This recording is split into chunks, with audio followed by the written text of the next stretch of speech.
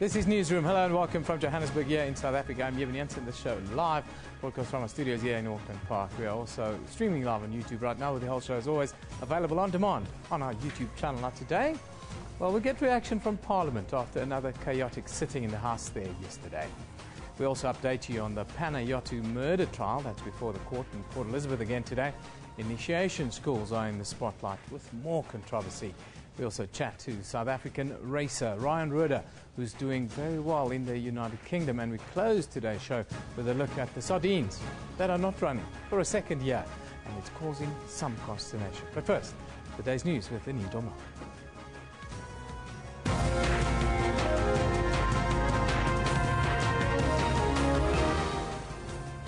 Good morning, I'm Anine Dormal. Let's take a look at the stories making headlines today. The EFF has denied disrupting proceedings in the National Assembly. The party says it will not retreat from its position that President Jacob Zuma pay back part of the money spent on his private home in Nkandla. Yesterday afternoon, Speaker Baleka Mbete adjourned proceedings after EFF members of Parliament disrupted them ahead of the President's question and answer session. The President was not scheduled to answer any questions related to the Nkandla saga, but the EFF still raised the topic. Meanwhile, most parties have slammed the EFF's behaviour in the House. Today, murder-accused Christopher Panayiotou will for the first time appear in court alongside his two co-accused. Panayiotou will be back in the Port Elizabeth Magistrates Court after being denied bail. He's accused of being the mastermind behind the murder and abduction of his wife, Jade. All three of the accused face charges of murder, conspiracy to commit murder, robbery with aggravating circumstances, and abduction. Gauteng MEC Panyaza Lesufi has filed a report with serious implications against the Curro private school at Roodeplaat outside of Pretoria. Lesufi visited the school yesterday following a video that has emerged of alleged racial segregation. The school has, however, denied that the group of children was separated by the colour of their skin. And in the United States, the Democratic presidential candidate Hillary Clinton says America needs to face hard truths about guns and race. This following the fatal shooting of 9 people at an African-American church in Charleston in South Carolina. Meanwhile, the man arrested for the shooting on Wednesday has been flown back to Charleston. 21-year-old Dylan Roth was arrested after a 14-hour manhunt. Authorities say the mass shooting appears to have been motivated by racial hatred. On his Facebook page, the young man is shown wearing a top with the old South African and Rhodesian flags. Well, remember, you can find all of those stories on our Newsroom Facebook page. Just search for Newsroom. You can also follow us on Twitter at SABC Newsroom. Yevon, back to you. Thank you very much, Anine. South Africa's Parliament descended into chaos again yesterday afternoon. National Assembly Speaker Baleka Mbete ultimately adjourned the House as the EFF insisted that President Jacob Zuma should indicate when he would pay back the money used on non-security upgrades to his Nkandla residence. DA leader Mmusi Maimane says he's disappointed that the House was adjourned. EFF leader Julius Malema says his party will not rest until the president gives a date of when he will pay back the money used on what they call non-security upgrades at his private residence. Malema was addressing the media after the adjournment of the National Assembly proceedings, at the president's oral reply session yesterday. Political parties, meanwhile, have expressed mixed views about the degeneration of proceedings within the National Assembly. Now, our parliamentary editor, Vianney Green, followed proceedings closely yesterday. He joins us from our studios at Parliament. Very good morning to you, Vianney. Thanks for joining us. Good morning, Yevon, and to the viewers.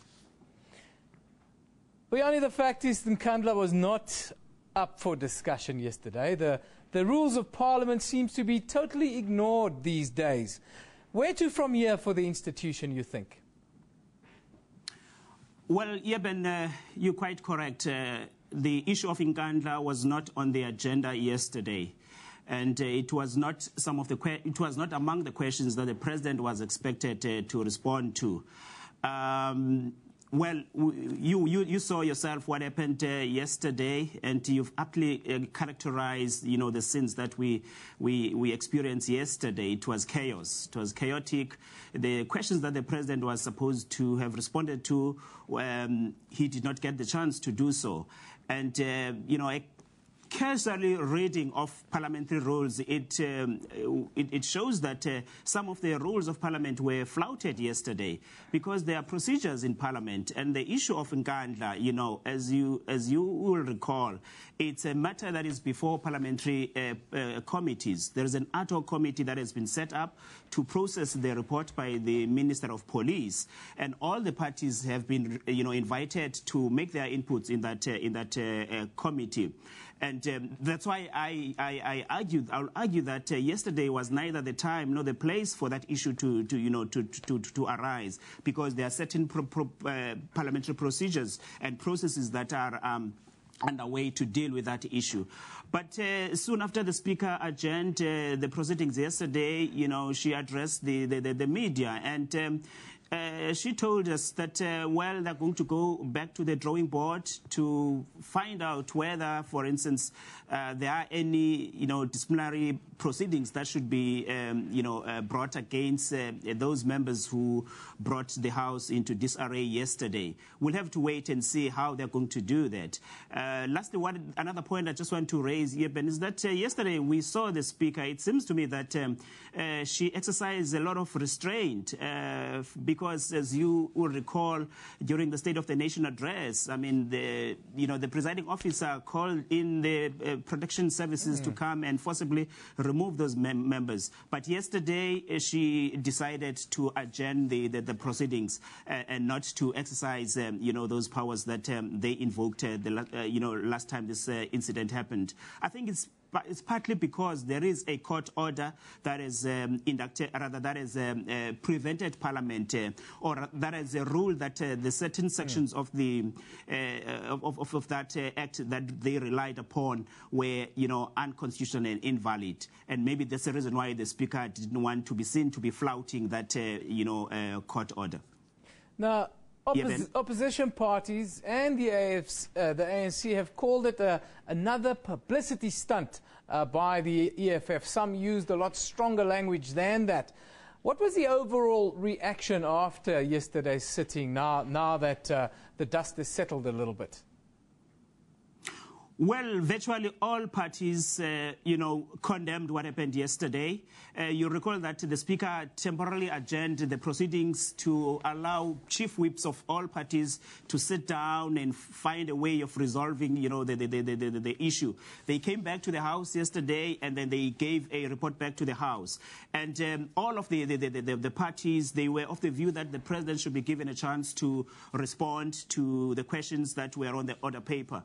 But EFF insisted that the President must, address the issue of Nkandla.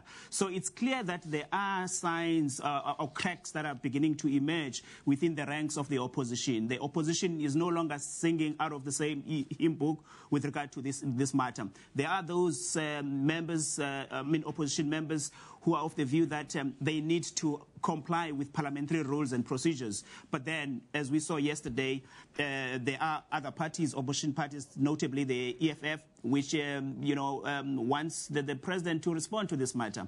And as I indicated earlier on, there are processes which are underway to try and process the report of the Minister of Police, which exonerated the President.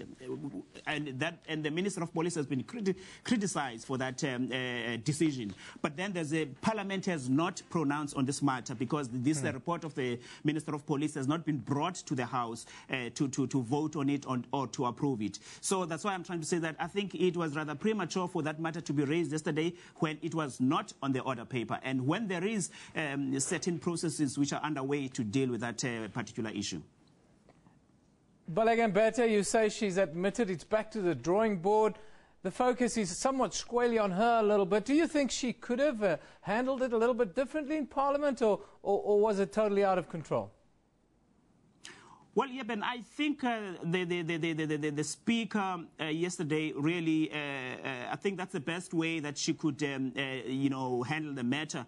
Because if she had, for instance, allowed the president to continue to deliver, rather to respond to those questions, I think the president would have been embarrassed. Maybe his responses would have been drowned out by those chants and noises that we saw emanating from the ranks of or benches of the EFF. So I think the speaker, did the right thing to adjourn the sitting yesterday, and so that as presiding officers and as the other leaders of other parties, they can sit around and find a way of resolving this issue, which it seems won't go away anytime soon.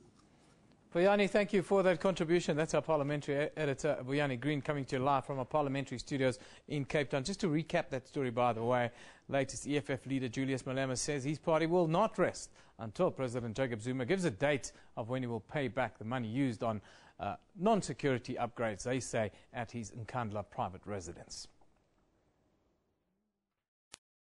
Presidential question time got off to a rocky start in the National Assembly, forcing the Speaker to suspend the House briefly. This after EFF MP Makoti Kaula rose on a point of order on Nkandla, just as President Zuma was getting ready to respond to the first question on the order paper. Then there was heckling between EFF MPs led by Julius Malema and ANC Chief Whip Stone Sizani. You can't tell me to sit down. I tell you. You can't tell me to sit down. I tell you to sit down. I will never sit down. I don't take instructions from you. The Speaker had her hands full trying to restore order in the House. She was forced to adjourn the House. I will briefly suspend the business for purposes of asking the whips to meet in the Secretary's office. After more than an hour, the Speaker asked party chief whips to report back to the House. But the EFF stuck to its guns, insisting President Zuma address the Nkandla issue. It looks like the ruling party is steamrolling this parliament and using it as a rubber stamp of the executive. That's where the Speaker drew the line. Honorable members, it must be clear also to the public that there are those who have come to this parliament to undermine the will of the people of South Africa. MPs were later seen leaving the House. It's unclear when it will reconvene to allow the President to answer the questions on the order paper. Vuyani Green, SABC News, Parliament.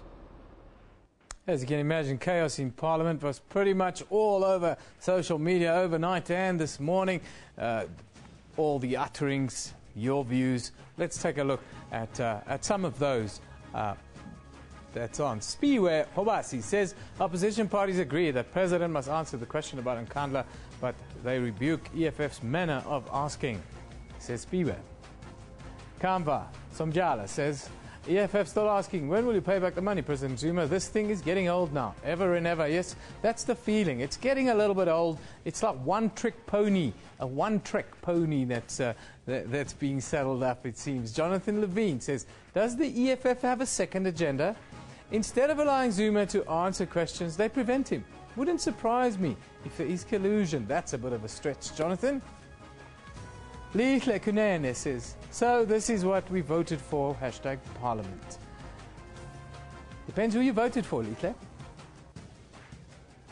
Let's take a look at the front pages from around the world. We start in the United Kingdom with The Independent. It reports that the Charleston shooting suspect, Dylan Roof's roommate, says the 21-year-old planned the terrorist attack leading up to the massacre, which claimed 9 lives at the Emmanuel African Methodist Episcopal Church on Wednesday night. Moving to Europe, The Times reports that Greek banks are facing collapse and the country is dangerously close to exiting the euro. Officials warned after talks to prevent Athens defaulting on its debts ended in failure last night. Then in the USA Today reports racist ideology still runs deep in Charleston as further down Emmanuel African Methodist Episcopal Church stands an 80-foot statue of John Calhoun, the former vice president and fierce defender of slavery. Slavery may be abolished, but some Charleston residents say white supremacy is definitely not.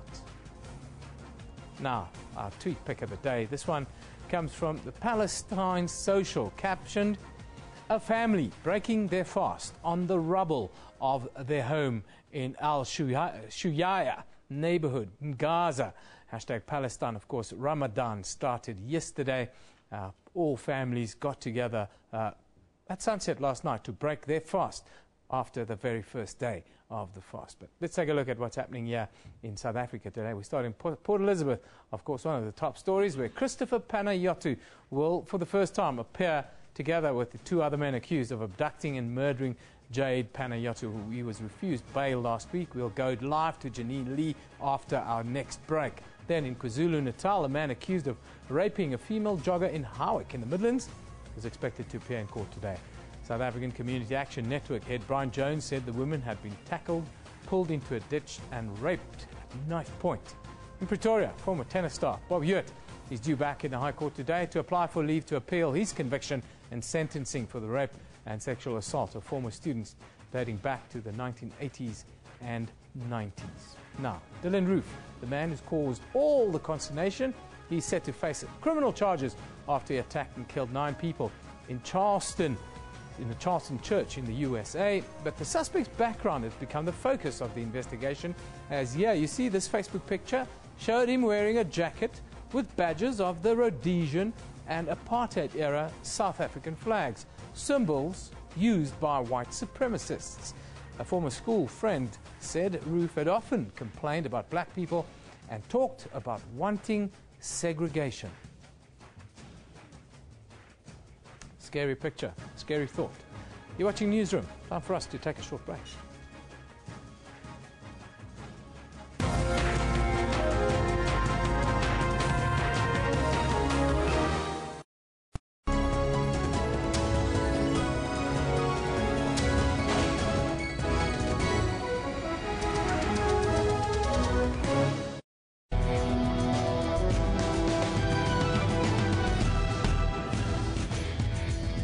The internet has been found to be a tool used by militant groups when recruiting members. This has forced governments to create tighter internet laws. Technology has also been used to call for social change, as was the case with the abducted Nigerian girls. The people on social media are some of the society's most influential. If they get an issue started, you're likely to have that issue become a national issue. And on Network, we tell you about this serious side of technology, but we have fun too with gadgets, games and cars. That's Network every Sunday at 19:30, only on SABC News.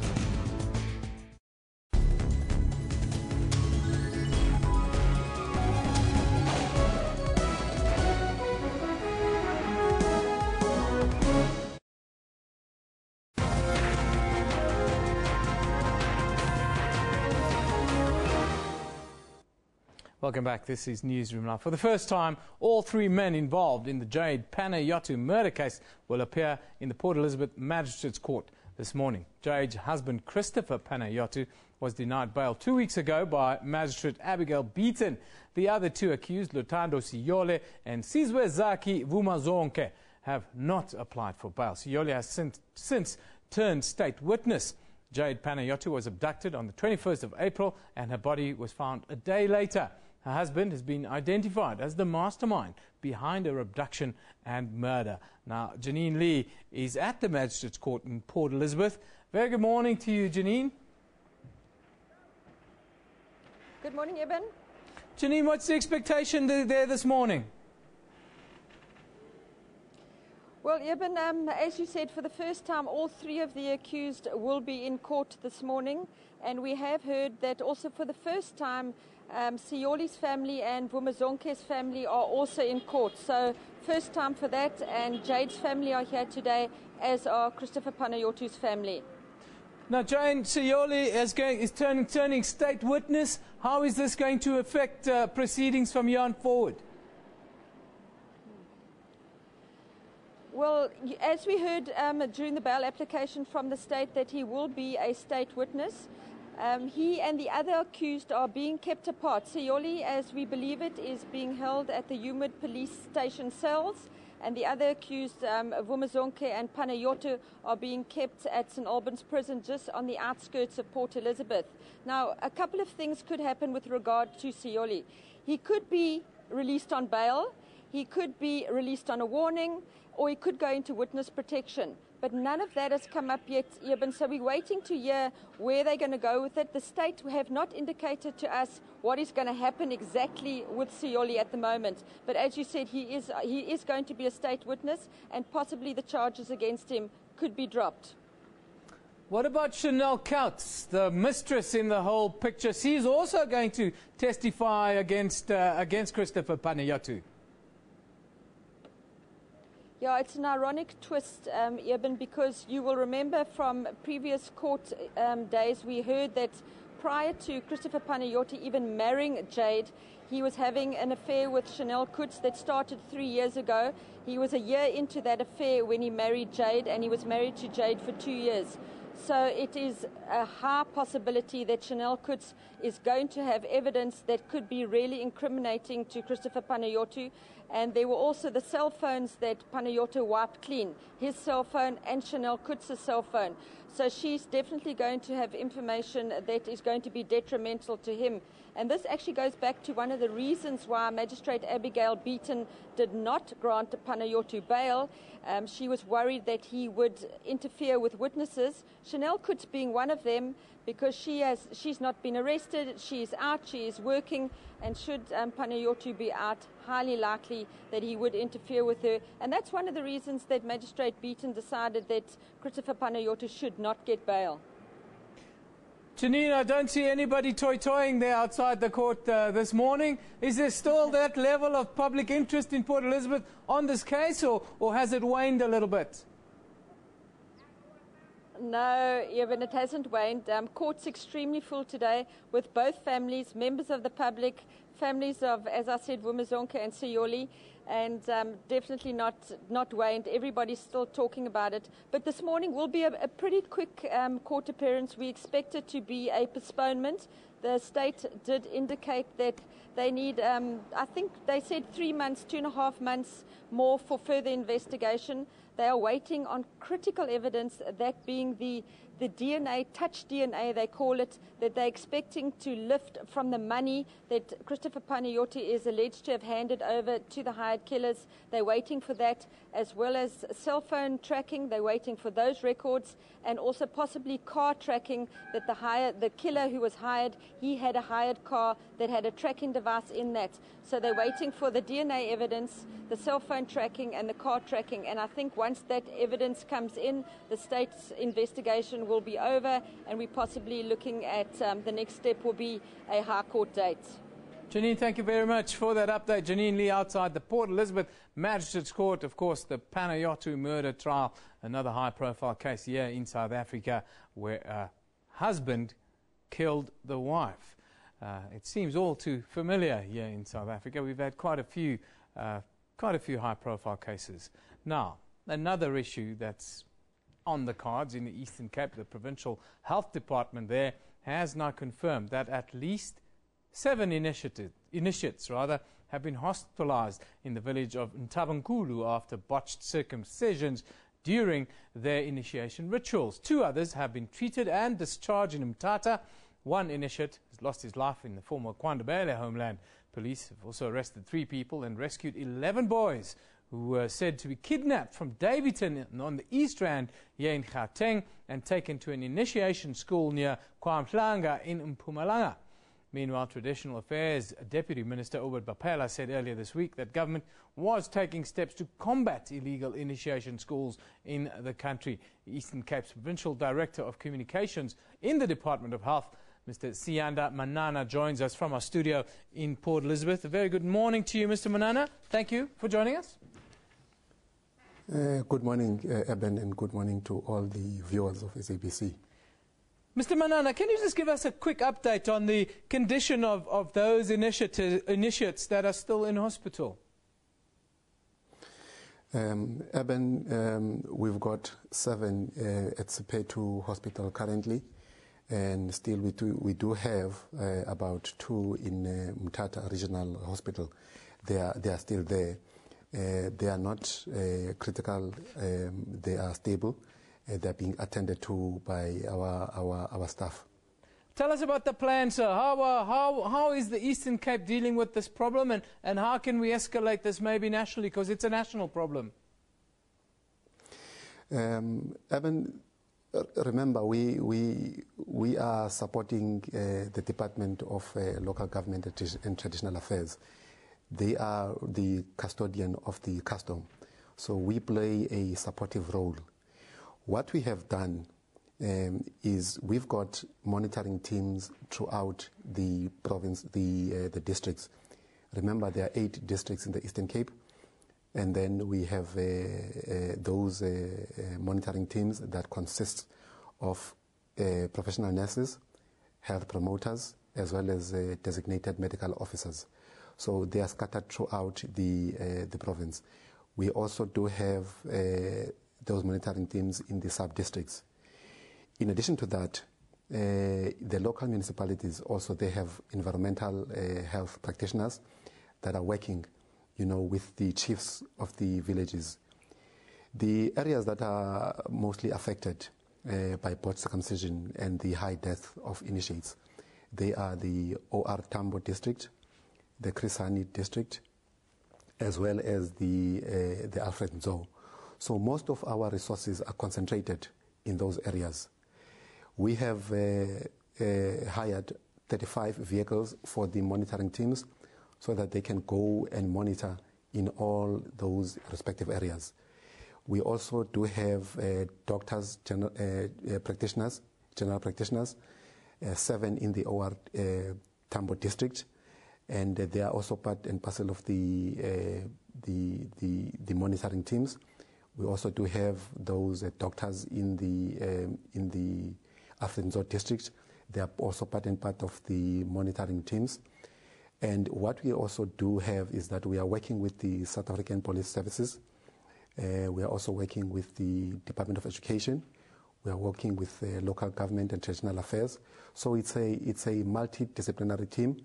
It's an intergovernmental team that consists of all those people that are affected. And then we are working especially with the chiefs in the designated areas. Now, we see here in Gauteng, on the East Rand, we've got 11 boys rescued from being kidnapped by initiation schools. Do you have similar problems in the Eastern Cape? And then how do you deal with that?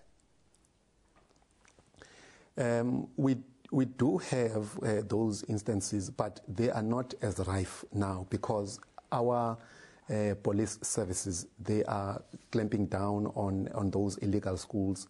They are working with us, and they are dealing with them effectively. So we've seen a decline in those instances where you have illegal initiation schools. And I must also commend our chiefs, because no initiation school springs up without them knowing. If an initiation school springs up, they quickly deal with the perpetrators.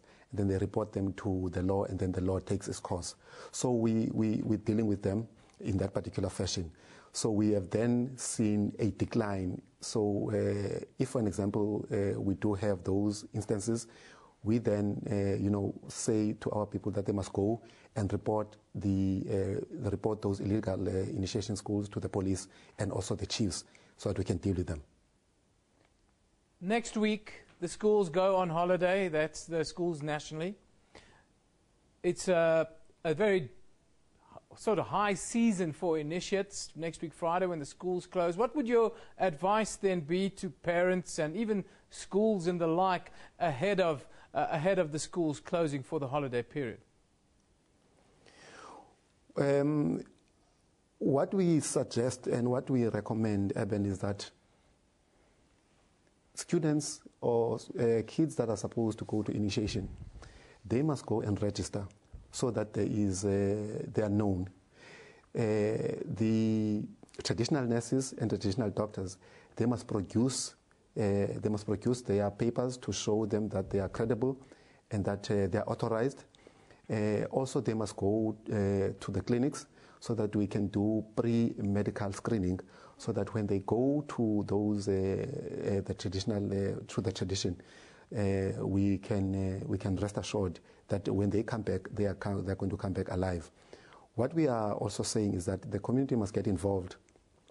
What we find is that communities sometimes they leave it to to the traditional nurses in the bushes, so that they can attend to their kids. What we're saying is that the community must get involved, so that they can own this custom. And what we are also saying is that there are kids that have medical conditions. They must be allowed, they must be allowed to take their medication in the bush. And what we are also saying is that they must not be assaulted, because the major cause of fatalities in the bush is the assault, And then second is the question of dehydration, and then the others is septicemia. So what we're saying there, I think as government, is that allow the kids to drink, water, and also let us not abuse. We must curb that. Yeah. So that is what we're suggesting, Eben. Before I let you go, just give us a quick update. 16 boys that fled the one initiation school there in your area when your health officials visited at the weekend. How are you going to resolve that? Have you found some of them yet? Look, the law will take its course. We are pursuing that currently. We will update, as soon as we get information.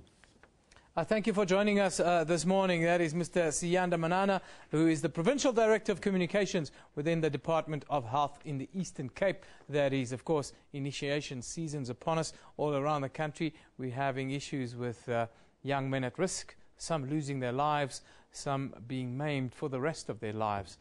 Now, another young man that's caused quite a stir is the 21-year-old Dylan Roof. He's been flown back to South Carolina now following the fatal shooting of 9 people at an African-American church in Charleston. The Democratic presidential candidate Hillary Clinton says America needs to face the hard truths about guns and race. Authorities, meanwhile, say the mass shooting could be motivated by racial hatred. But let's take a look at some of your comments. We've all been having a lot to say about this on the social media. Nancy says, when a mentally ill black man is shot by police, he is violent. But when a violent white man kills, he is mentally ill. Says Nancy. Tough statement. Liz says, it makes me furious and incredibly sad to see things like this happen. Everybody becomes very sad. Georgina says, my heart goes out to all those affected by the Charleston shooting. So sad. Rest in peace, victims. Sharina Bakri says, never should there be a justification to take other people's life by your own hands. Sick, she says. And Tuba Khan says, it's heartbreaking to know that they were targets because of the color of their skin. Such a senseless act of violence. Yes, here in South Africa it caused quite a stir as well, because the old flag and the old Rhodesian flag was on the young man's jacket on social media. Caused quite a stir, really lit the racial undertones. Let's look at our tweet of the day. Today it comes from Rantle Mafata, who's saying, when we lose young men in initiation schools, where are traditional leaders? This institution is irrelevant. That one from Rantle Mafata. That is our tweet of the day. Now let's take a look at what's happening on Newsroom Facebook page. The Portfolio Committee on Labour says it finds it unacceptable that the National Department of Labour and Economic Council, NEDLAC, did not provide all the documentation to investigate the forensic report on alleged fraud at the council. The report suggests irregular expenses of over R1 million. Then authorities yesterday arrested the 21-year-old white man suspected of killing 9 black people at a historic African-American church in Charleston, South Carolina, in a rampage that the United States now investigating as a hate crime. And German Chancellor Angela Merkel said a deal between Greece and its creditors was still possible if Athens showed the necessary will, amid mounting pessimism that the austerity-hit country might crash out of the Eurozone. Save, save, save. That is what Angela Merkel is telling the Greeks. They don't seem to be listening. Time for us to take a short break. You're watching Newsroom here on SABC News.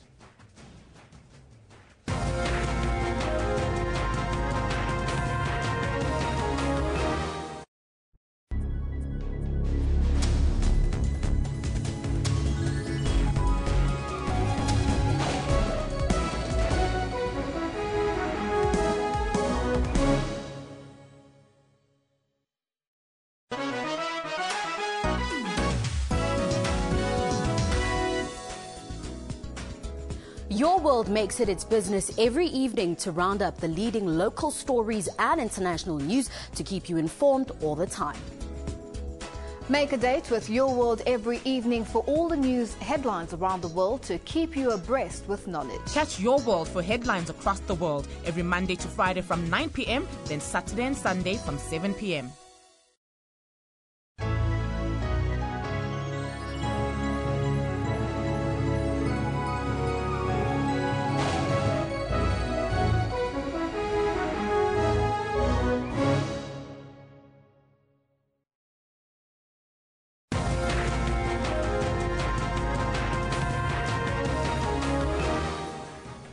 Welcome back. You're watching Newsroom on SABC News. Let's take a look at the stories making headlines today. The EFF has denied disrupting proceedings in the National Assembly. The party says it will not retreat from its position that President Jacob Zuma pay back part of the money spent on his private home in Nkandla. Yesterday afternoon, Speaker Baleka Mbete adjourned proceedings after EFF members of Parliament disrupted them ahead of the President's question and answer session. Today, murder-accused Christopher Panayotu will for the first time appear in court alongside his two co-accused. He's accused of being the mastermind behind the murder and abduction of his wife, Jade. All three of the accused face charges of murder, conspiracy to commit murder, robbery with aggravating circumstances, and abduction.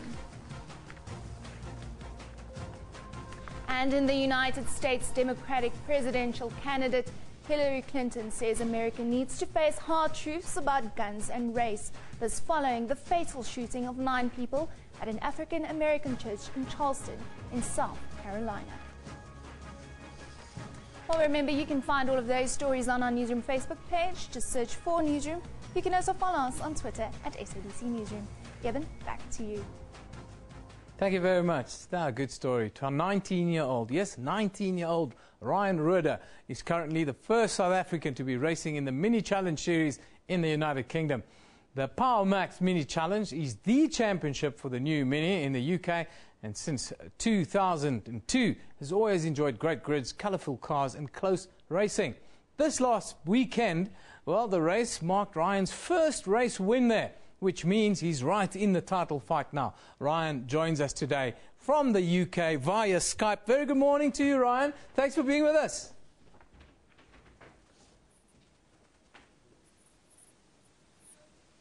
No, good, thanks. How are you? Very good, man. You've just had your first win. Fantastic. Well done. But just give us the race win itself and then give us a little update how the season has gone. Okay, no, it was an emotional experience. I didn't expect it to come so soon. So yeah, put up very much in the championship with a few points to the league. So, if any one of us we lead, we're out of the championship. So, it's been a great season. So, and yeah, it's just been fantastic results, ups and downs, but so, it's really happy. Tell me about the quality of racing and the quality of fields that you're racing against, and give me a little update. How tough has it been for you to adjust on your own away from mum and dad there to life in the UK? No, the quality is definitely world class. Everybody wants to win, so you definitely see that in qualifying and definitely the races. There's a lot of turn one incidents. But definitely living life in UK, it is different. There's a lot of small things that make a difference. So it's been great. The weather is something to do. But yeah, after we set out, so do them, but hope. Now the race win, it's put you in the title fight. If you win this title, what are your plans after that? Definitely if I win the title, it hasn't been discussed as yet what we're going to do next year, but we're looking at trying to get into touring cars. But at the moment, I'm just living for this year and trying my best each event. So the focus has already shifted off to rest in a week's time. So,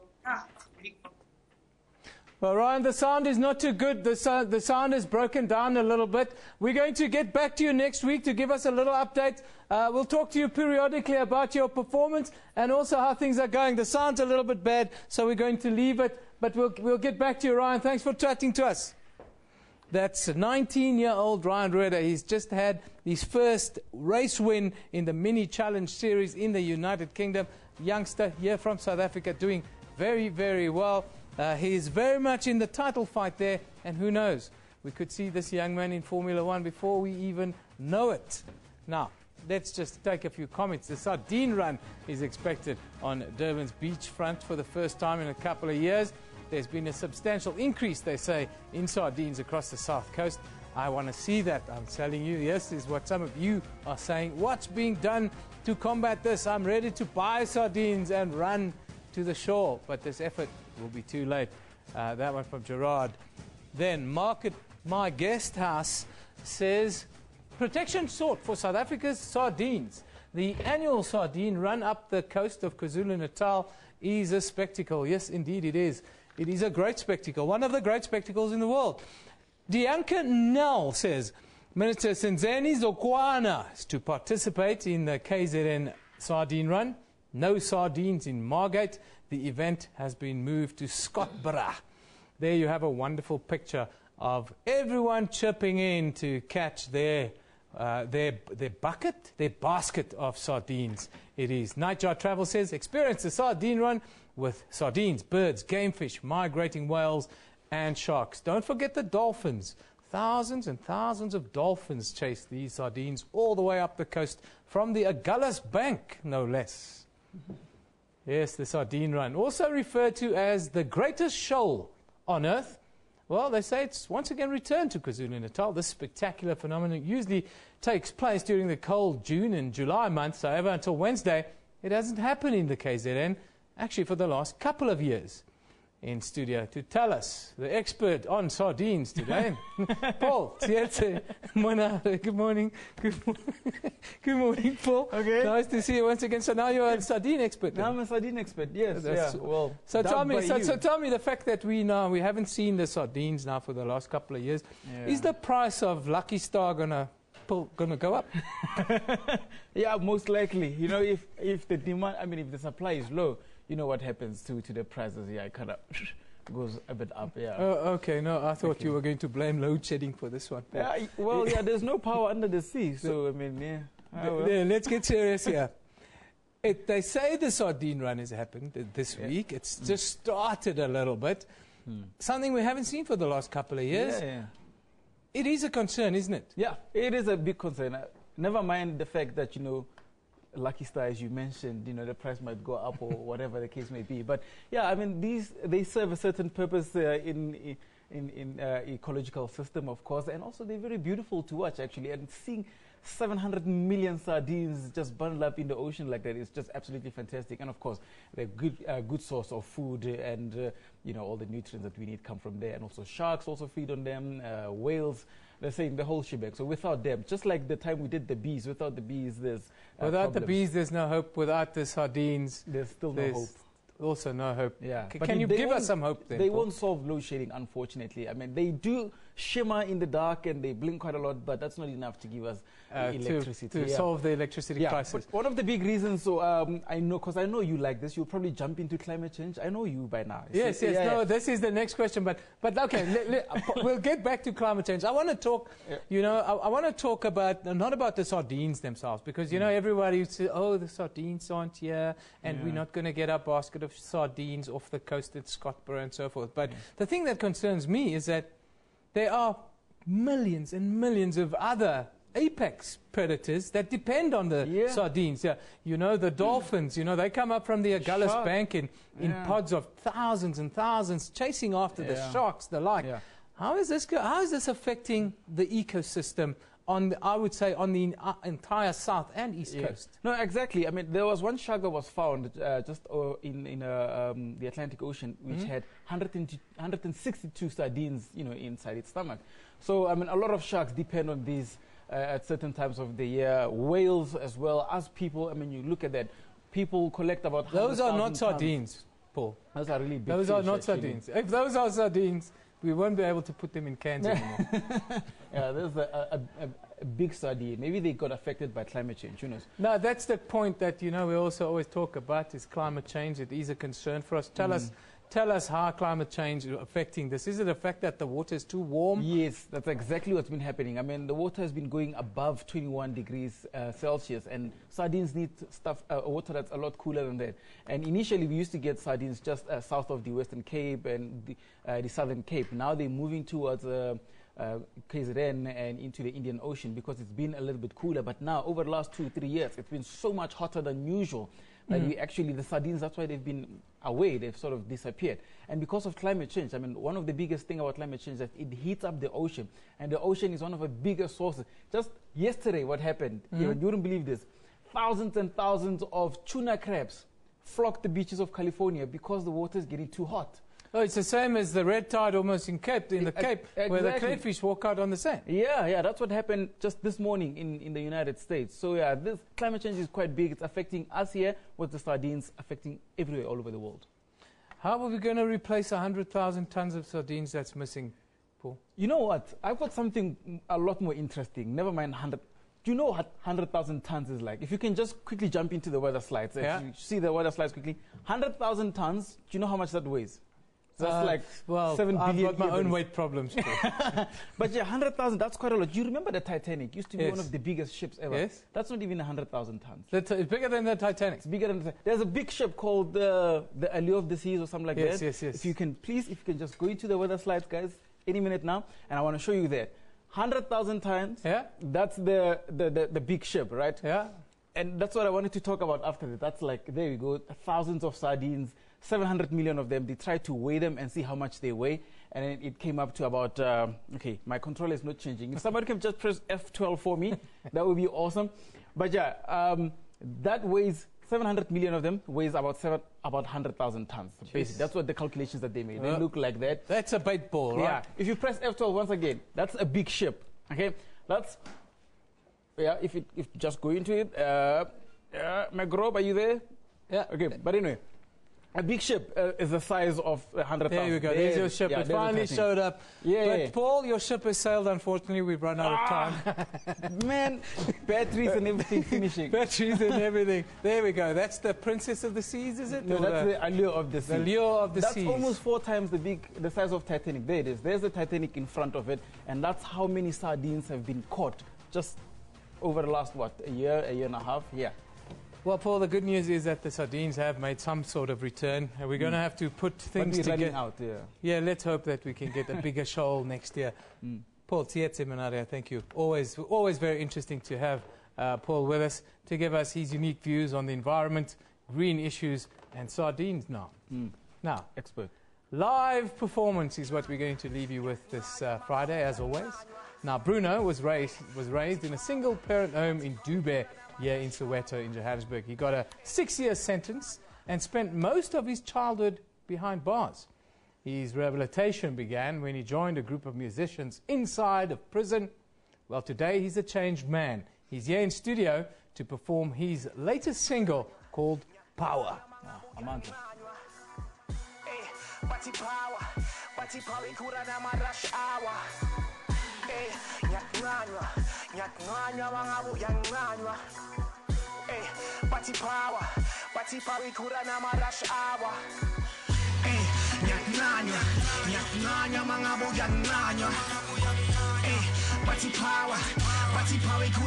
rush hour. Nyaknanya, mangabu yananya. Party power, we could have a rush hour. Sibafagi Escom, Nibagai power. Power kurana marash hour. Story something sweet as this evuguba sawa. Spanda gele dog melingene ngama hour. Bayazi ukuthi step ulabo lova kunini pusha kulo mshova and we changing the game I like that. Bayazi ukuthi shisa ngamagama abanye basazamazama ngithi uphuna uphathini. So what's next it's goes clear. Ngithi nivelelwe this year. Pusha ikarza kudala nisafaka ku 5th gear. Shiwe sile pasi thina sifaka ku 6th gear. That simply means intwana style in some you not near. Oh dear, ngithi basazosizwa lesipie. ngoba ngibhala incwadi ngithi angishaye zika Shakespeare ghetto superstar and ngiyaqoka le dickies basha amabheki jeans and they don't know where they is nyakunanya mangabuya nqanywa bathi power ikura nama rush hour nyakunanya mangabuya nqanywa bathi power ikura nama rush hour ikura nama rush hour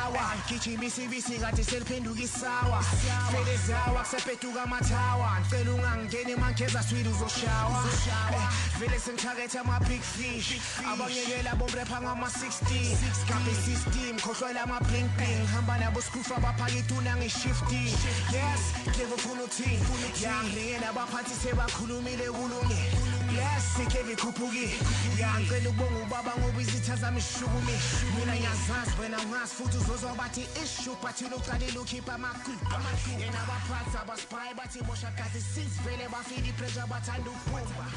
Power, that's what it's about. He's talking to Eskom here today. All about power. Thanks, Bruno. Thank you to Bruno for giving us a little bit of power here on a Friday morning. That's where we wrap it. Myself and Tsietse Monare, always willing to keep you up to date here on Newsroom. Don't forget, it's Friday. Yeah. We still love it. In the morning.